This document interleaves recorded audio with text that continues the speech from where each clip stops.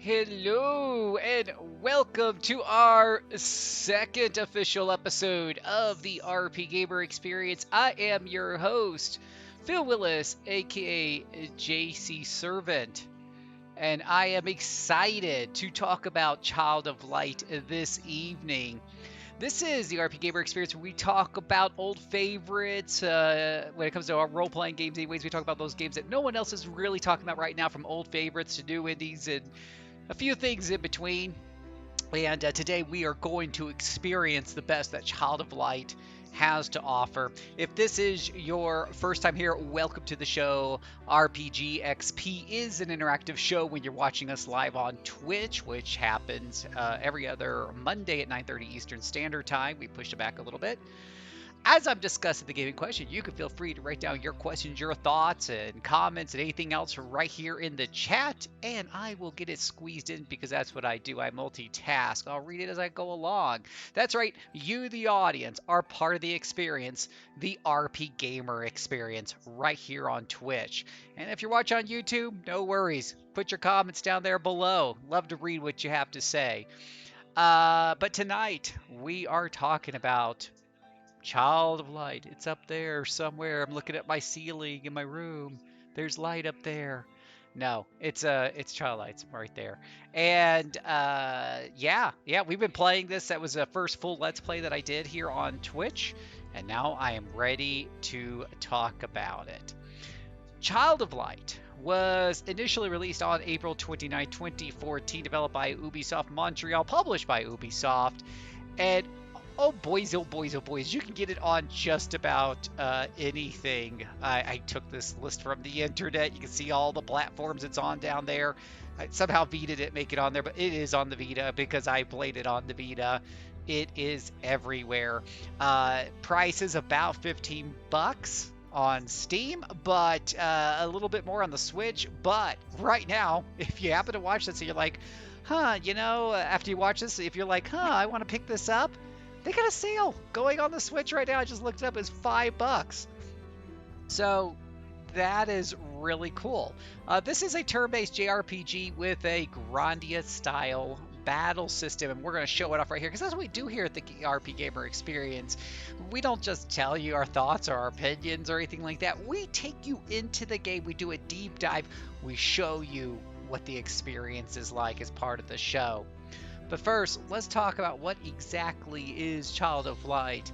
What was the sales pitch from those people who made the game?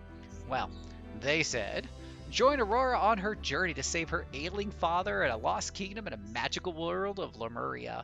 Along the way, she'll discover her destiny. Maybe far greater than she dreamed. From award winners Patrick Plurda and Jeffrey Ullaham, come Child of Light. Encounter eccentric creatures from wicked witches to evil sea serpents and discover the vast land of Lemuria. Fight alongside your allies to upgrade your stats, unlock unique abilities, and use unique gems to improve your skills. Work together with your allies to solve puzzles and search for mysteries. Experience a story carefully crafted in a verse and rhyme with an original soundtrack by composer Cœur de Pirate. Play anytime and anywhere with your Nintendo Switch. You'll be able to play on your TV, on the go, or with friends in tabletop mode. Don't play this game with your friends in tabletop. No, don't. But I digress.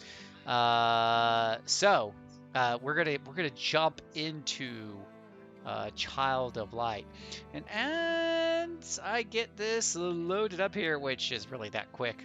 I've already got queued up. I'd like to remind y'all, check out our YouTube channel. Go to youtube.com, look up RP Gamer. Wow, we have all kinds of new content going up there. We got video review up lately. We've got a lot of Let's Plays up there. We got some impression videos.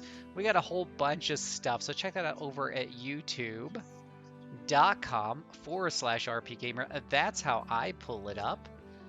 But right now I'm going to pull up Child of Light here. And we're going to show you this game. If you're just one of those people who've not had the opportunity to see this game, I'm going to let the intro play for just a little bit because it does a good, the beginning trailer here does a good part of showing off some of the art. It just kind of plays on a loop there. but it is a gorgeous and beautiful game. I mean, it's very striking. You can see that right from the beginning. Just a lot of love and care. And if you've grown up reading like the Grimm fairy tales and you saw some of the artwork, Alice in Wonderland type of stuff, that slightly darker type of fantasy, that's what you're kind of getting here with Grimm of Light. But there is a really touching story that goes along with this, and we won't show off big chunks of the story here. We're not going to spoil it, um, but it is a very emotionally driven story here.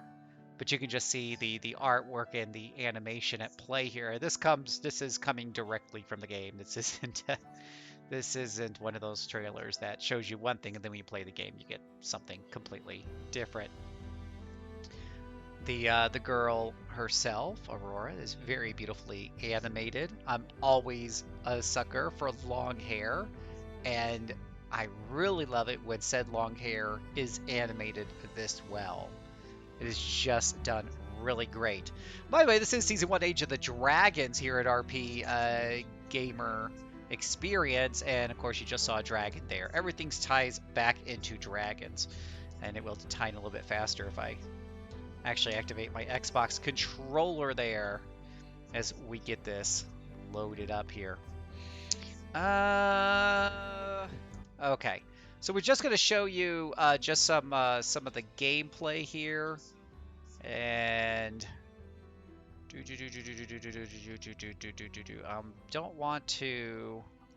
don't think I want to start a brand new Game Plus. So there is a new Game Plus mode. I will tell you that I think that one run through you get the whole story and you're kind of good there. But if you want more, there is more with the new Game Plus mode. I just want to jump in and show you guys a little bit of how the game works. Let me go back out here for just a minute. Yeah. Let's go ahead and do the new Game Plus. Give me 1 second, and we'll get this back on the road. Go back. Go back. Thank you. All right. Now, there's two difficulty modes. There's as casual and expert. Think of that more as normal and expert. Just don't let that confuse you. And a girl born for glory. In Austria was a crown land ruled by a duke. Aurora was his daughter, child of a duchess mysterious, beloved by her father. He raised the girl alone. They were rarely apart, till the duke Can't skip the felt story, lonely so we'll let it play. and misplaced his heart. It was the Great Friday before Easter 1895. Players performed for the duke, his new bride at his side. That night, Aurora went to sleep. The fire burned down low. She caught a chill that spread. Her skin was cold as snow. At dawn they found her, vacant, Aurora's light gone out. Her father wept and pleaded, but there could be no doubt. For all intents and purposes, Aurora was dead. And yet, once upon a time, she awoke in a strange land instead. A lot of rhyming. It's very beautifully written. And if you play through the game, you're going to get a lot more of that. And whatnot. So let's see if I'm going to try to work my way through to a fight. Yeah, it's a very beautiful art book style, and I just want to show off some of the exploration and the combat. Because this is all about the experience, the RP Gamer experience. Unfortunately, it didn't even occur to me before recording that since I had finished the game, it had locked me in right at the end, and it's forcing me to start a new game. So usually I jump right into the middle of like something. So we're getting some of the introduction here, which unfortunately the way it's set up can't be skipped, but it's fortunate because it gets you guys to be able to see a little bit more without rushing through it. It doesn't take too long to get going anyways, thankfully. As you can see, we're kind of right here and whatnot. and there's some chit chat as you go along. So you got some light platforming, you got some light puzzle solving. You get some of that right here. Let's push the brick over here to help us get up on the ledge. So you can expect to see plenty of that as you work your way here. Later on, you will fight little enemies like that. But unfortunately, before we can do that, we need to get a weapon. So that will just take a little doing to get to. But not only is this art style in this game very striking, and I had played this on the Vita, it was very beautiful on the Vita, but I tell you, it's a real treat seeing it on a computer monitor or a television screen where you can have, have it blown up a bit. Not that I don't love the Vita's little tiny 3-inch screen. Um, and I will say that you could play this on the Switch in handheld mode, but I am willing. I would definitely say that this would look better on a high quality television if you could play it somewhat docked. Now it's certainly good for shorter experiences. So the handheld mode, this is a shorter RPG experience. I think it took me roughly 15 hours to get through, but and I'm just going to kind of zip through the text here, but it you can see some more of that hand drawing right there. So it definitely does feel like something that could be played more in bite-sized, chunks. But having it on the TV where the visuals can really shine.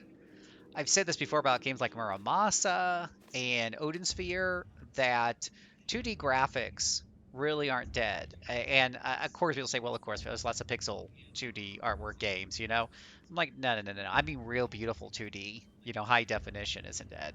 And this is kind of a really good argument, in that direction, and the such.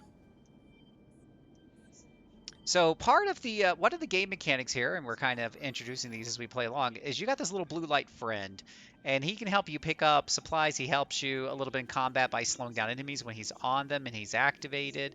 But you can use him to kind of pick up some of these things for you. He also assists in some of the puzzle solving. We got a little bit of a puzzle right here, and you can use him to light up these things and kind of activate these runes here. So you got some light puzzle solving, nothing too difficult. You all know I'm not a big fan of puzzles myself in my RPGs, and I ran through nothing. There was one that gave me a little bit of a hard time, and I looked it up, and I was like, oh, I should have been able to figure that one out. I have an orbital laser in Yakuza, says Tam. Well, I bet you this little lady right here, Aurora, wishes she had an orbital laser, but she will have to settle for the sword and the stone. Thundercats! Oh! Oh, sorry. That was bad of me. But now we're going to get to see a bit of the combat in action here. Now, as I mentioned at the beginning, this is a Grandia style combat. And you got what happens here, and I don't think, is my mouse going to show? Oh, my mouse is the glowing thing. So right here, your characters move from left to right, as if you're playing like one of those active turn-based Final Fantasy games. When your character hits the line right here, you choose their action. And some actions, like quick attacks, happen very quickly. Other attacks, like spell casting, can take a very long time. And during that time, as your character is executing, they'll move down the red portion. When they get to the end, they execute their attacks. Now, if an enemy attacks them while they're in the red, it'll interrupt them and push them back into the blue part of the timeline. And this can be used against the enemies. Alternatively, your character can defend, which brings them back up to bat pretty quickly. And in the meantime, while they're waiting, they take reduced damage. So if you've played Grandia before, you kind of got a decent idea of what's going on here. All right. So for now, we're just going to go ahead and attack this guy, and you'll see she goes down to the red portion. She slashes the monster. He takes some damage. Now he's going to go ahead and do his counter attack here. Okay. Now, the little blue guy here, you can light him up on an enemy, and it will slow down their progress along that bar. A second player can control the blue guy if you think that's too much to handle or you just want to involve somebody else in the game. It's a cute way to kind of split up the responsibilities of the fight. Um, I could definitely see if I had, a child with me and I want to invite them into this game of Child of Light, that I could hand them, another controller and have them participate, in the fights and help out. And you could even work together, as a team. For the moment, I'm going to have her defend so that she gets back over here. Now you can see she's right before him. He's about to enter the red part of the bar. She's going to hit the red part of the bar. So what I'm going to do is I'm going to hopefully interrupt him by getting through my red part of the bar first. And you'll see when I smack him, well, interrupted him because he died anyways. But if he had lived, it would have just knocked him back into the blue part of the bar. And that's just, how that combat kind of works. Later on, you'll get more party members and with different skills, and you'll be able to swap them out. And we'll talk about some combat strategies in our tips and tricks section, our top 5 tips and tricks that we always do on the show. So you'll want to hold on for that. You don't want to miss out on that. But here's just another quick little fight here. We can slow this guy down so that she can catch up to him on the timeline, get ahead of him. She can attack first. And of course she's going to interrupt him when she kills him with that second hit. We'll have to try to see if we can just show you an example of interrupting a monster without actually terminating their life force. There is a skill tree that it mentions before about the skills, unlocking new skills. By the time I had finished the game, I had 2/3 of this. I think 2 of the 3 branches completely unlocked. So you get plenty of skill points. You cannot respec, but a lot of this is just passive bonuses anyways, and there's nothing too revolutionary here. But you probably want to spend those as you go along so that the game doesn't really become um, too difficult. Do I hear faint whispering in the background? I don't know. I do hear some bugs. Oh, another mechanic, of course, is you can come up from behind an enemy and you can get a surprise round, and that's very useful. So we're gonna see if we can. Now he's kind of. I don't think I'm gonna be able to jump on him from behind.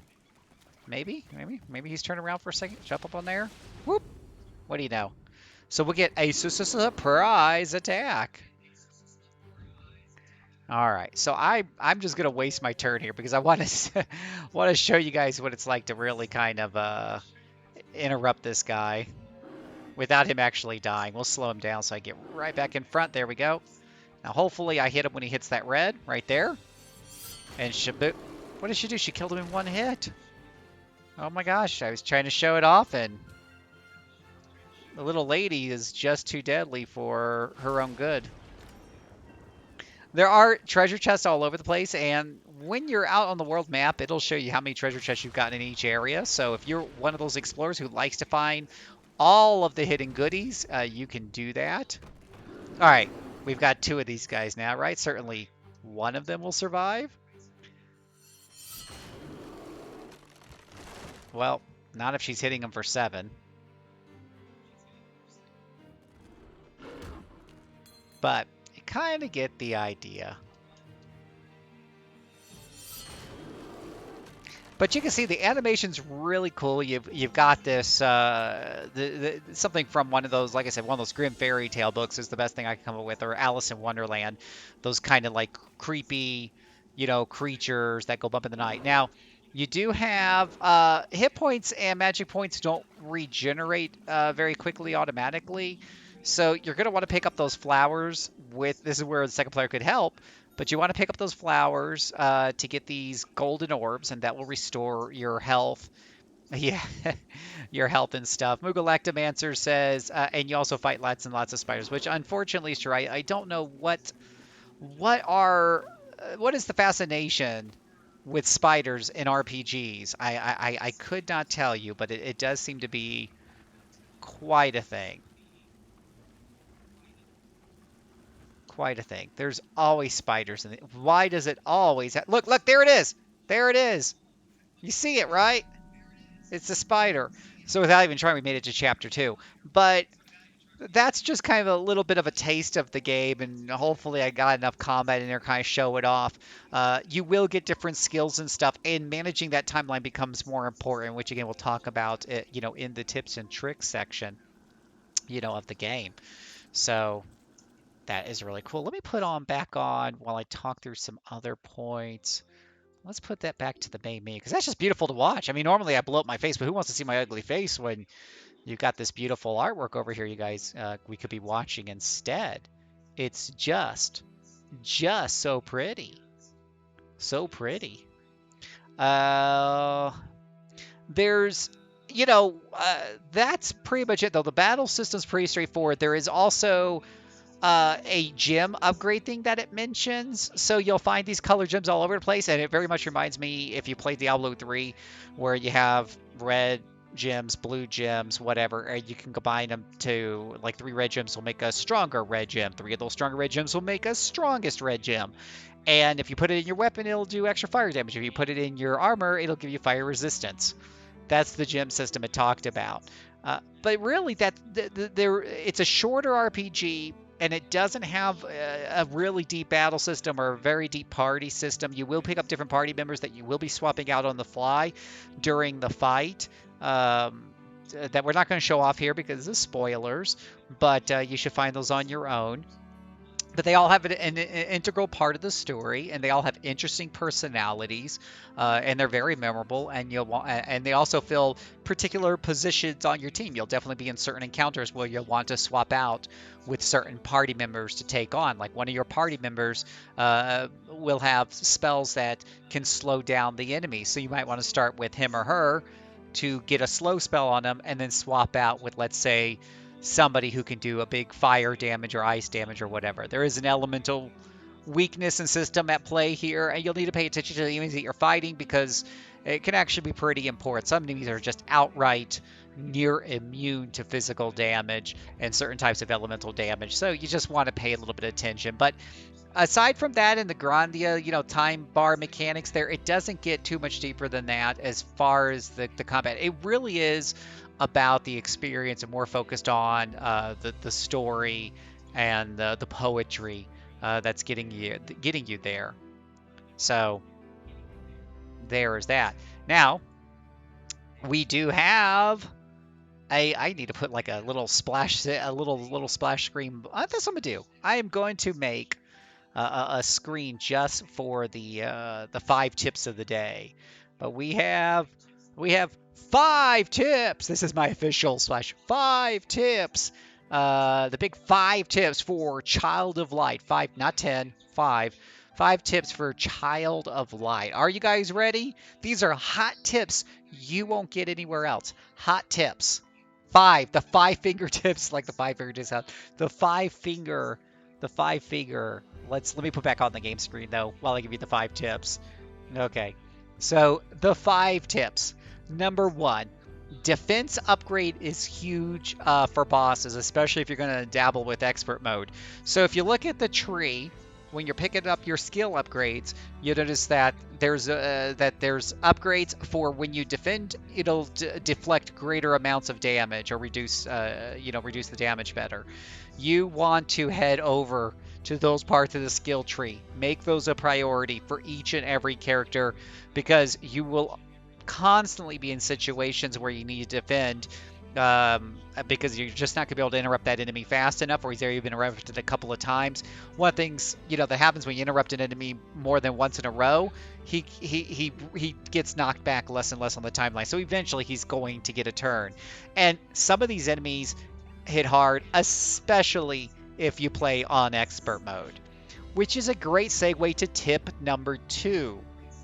Don't play on expert mode. No, seriously, don't play on expert mode. It's not. I like Grandia battle systems, and I love for them to have a challenge. In fact, that was one of my gripes.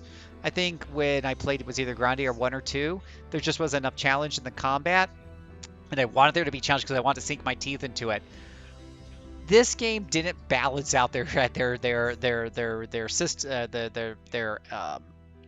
difficulty levels very well. So if you put on expert mode and you stick with expert mode, you're going to hit these quote unquote difficulty spikes where the monsters just really hit hard. I'm not sure if it was they not only hit hard, and the problem with them hitting hard is you only got 2 party members, so you end up spending so much time healing. But of course, if you're healing, you're not defending, so you take more damage.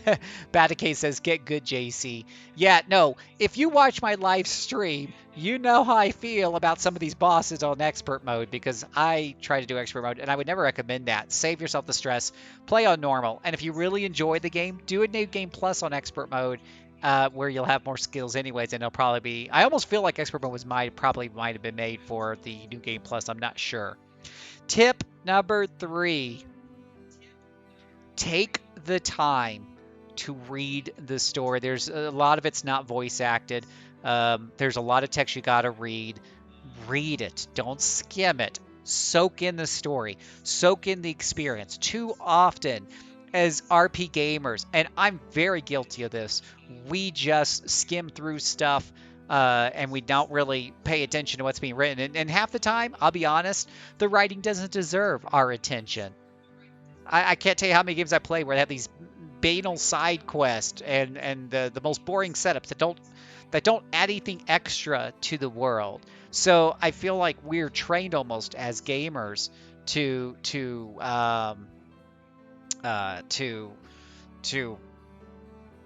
kind of skim through things just for our own sanity. Don't do that here. Take the time to read. Tip number 4: haste and slow are key. The haste and slow spells are key, whatever they're called here, but it's essentially spell that speeds you guys up and slows the enemies down. They are absolutely positively key. And keep a note here, unlike a lot of RPGs where slow basically cancels haste and haste basically cancels slows, in this game, it overrides. It overrides. So if you've hasted your party and then an enemy casts slow on your party goes from being hasted to slow, not hasted to normal. So you really got to pay attention because it makes a huge difference when your characters can't get up to the lines, the line of action quite as quickly. Tip number 5: swap party members out often because you only have 2 of them. We tend to get kind of stuck. I know I do when I play RPGs with multiple team members. I get my favorites and I hang on to them unless I feel like I need to rotate them out for leveling purposes. Now, I think my characters on the bench got some levels here. I don't remember. It wasn't a big deal. But the thing is, each of the characters has their own skill sets that they bring to the table. So it's important that you keep in mind which characters have which kinds of skills, because especially when it comes to the boss battle, some of them are almost puzzle-like. You're going to need to get the right person in at the right time. Plus, when you swap characters out, you might get somebody off who's got a big debuff and put them on the back burner for a while and get somebody fresh in. If somebody collapses, the active character can basically swap out the unconscious character and get another body in there. So swapping out is a big part of your strategy in this game. And you know what? Because I like you guys, I'm going to throw in a bonus tip. Bonus. Turn up the sound. Turn up the sound. Use headphones or turn it up in your room or whatever have you, because the soundtrack on this game is phenomenal. And I don't talk about soundtracks on my game very often, but but here it is really excellent, and I highly suggest you turn up the sound. Okay.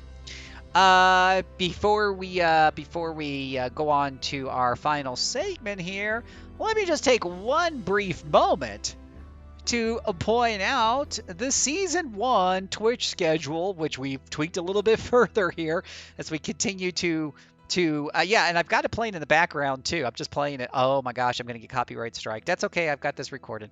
But you can see up here, we've got the schedule up for the RPGamer channel here. And you got Pause playing 5 days a week in the morning. You got Lofter. If you were watching our stream earlier today, he was right here right before me. He's been doing Monster Sanctuary lately. He just finished it. He was doing really good with that. But he plays Mondays and Wednesdays in the afternoons. This is actually he starts at 1:30. I guess I got an older graphic. Her Chills starts at 3:30. and then on Tuesdays and Sundays, and then you have me at 9:30 Mondays through Thursdays, with Q&A quests kicking in on Wednesday night. So a lot of really cool things over on twitch.com/RPGamer. So go check that all out. And I have to remember to update my graphic with the new time for Lofter, because he really starts at 1:30, and this is all Eastern Standard Time. Haha. All right. So, what do I ultimately think of yeah.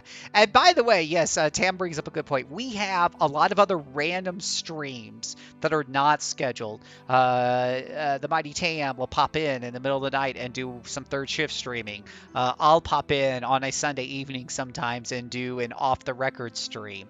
Sometimes I do the random Wheel of Rogue streams on Saturdays. You just never know. And the only way you're gonna know about those pop up streams is to follow us on Twitch or follow our RP Gamer or JC Servant Twitter handles if you're into that whole Twitter thing.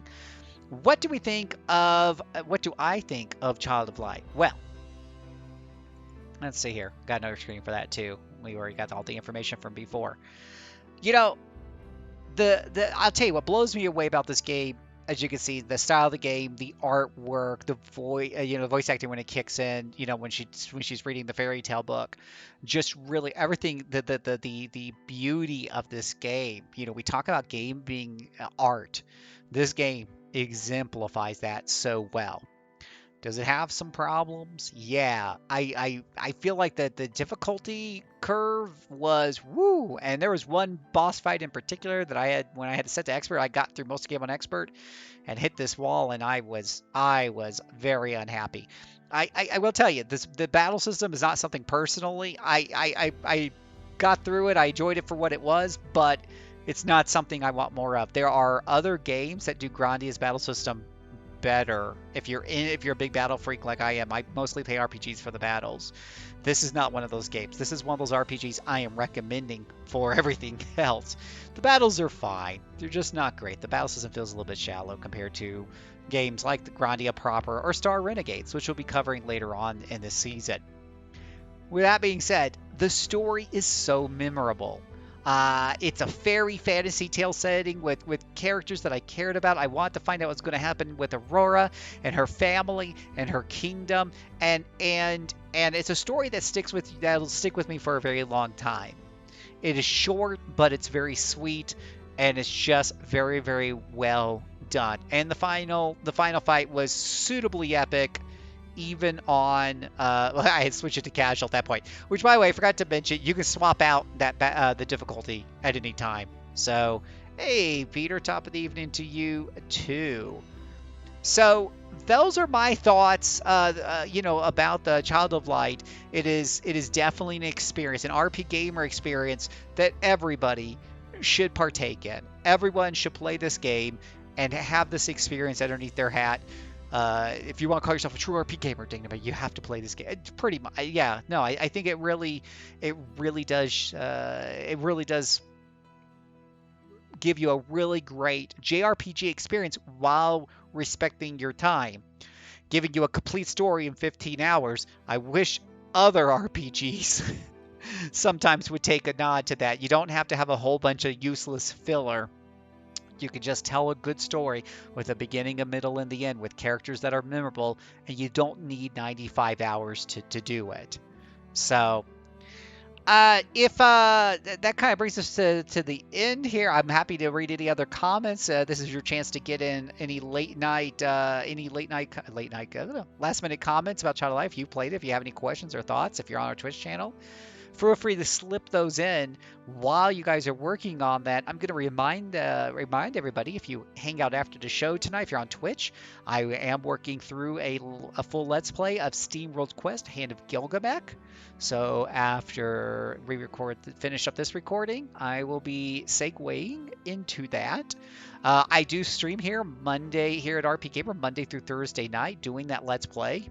And the Let's Plays, generally speaking, are basically my research for this show, the RP Gamer Experience.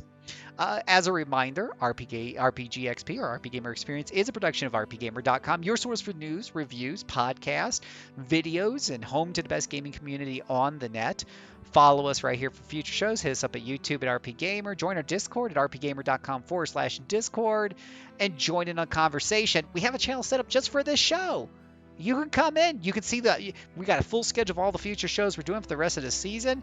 You can take a look at that. You can jump in. You can play the games, and you can share your thoughts, and we'll be happy to read them right here on the air. But we kind of think of it like a book club. It's the RP Gamer Experience Club. So come and join us over there. Our next show, episode 3 of our new first season here, The Age of Dragons, comes home as we discuss Dragon Age Origins. That's right, the first Dragon Age game in the Age of Dragons. We're actually going through all the games in the series, and that's the first one.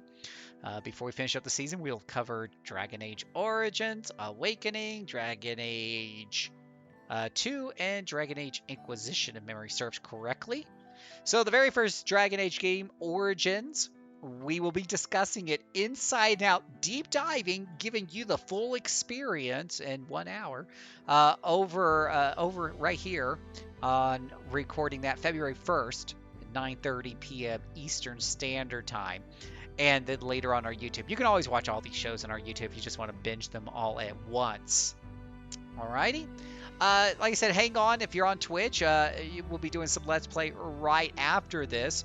For all of you who are headed to bed or watching this on YouTube, I just want to thank you so much for spending your time with me today. A little bit of a shorter show, because Child of Light is a shorter game, and it respects your time, and I'm going to respect your time this evening. Until then, until our next show, this is your humble servant and adventuring, Phil Willis, aka JC Servant, signing off.